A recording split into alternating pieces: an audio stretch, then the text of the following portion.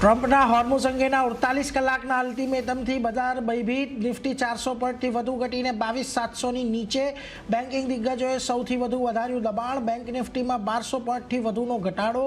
Mid cap અને small cap બજારોમાં વધુ વેચવાલી. ઇન્ડિયા વિક્સ 11%થી વધુ ઉછળીને 25ને પાર.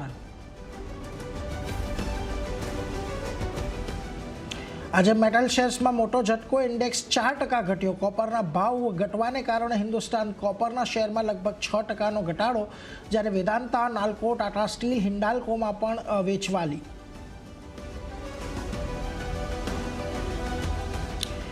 પીએસયુ બેંકોમાં પણ ભારે વેચવાલી. ઇન્ડેક્સ 3%થી વધુ ઘટ્યો. Consumer durable, capital goods, realty અને ડિફેન્સ ઇન્ડેક્સમાં પણ 2.5%થી વધુનો ઘટાડો, જ્યારે રૂપિયાની નબળાઈને કારણે અમુક શેર્સમાં હળવી ખરીદી જોવા મળી.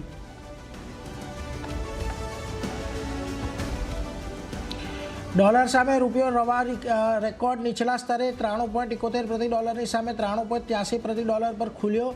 ડોલર સામે રૂપિયામાં 23 પૈસાની નરમાશ. ડોલર ઇન્ડેક્સ ફરી 99ના સ્તરને પાર.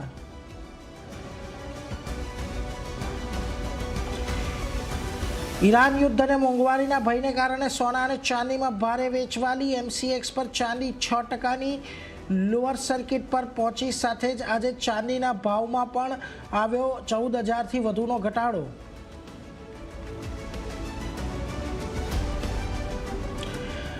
એચડીએફસી બેંકે ગ્રુપ બ્રાન્ચ બેન્કિંગ હેડ સંપત કુમાર સહિત 3 સિનિયર અધિકારીઓને હટાવ્યા. બેંકે ક્રેડિટ સ્વિસ 81 બોન્ડ્સની એમઆઈએસ સેલિંગ મુદ્દે લીધી હતી એક્શન. સમાચાર બાદ એચડીએફસી બેંકનો સ્ટોક લગભગ 3% ઘટ્યો.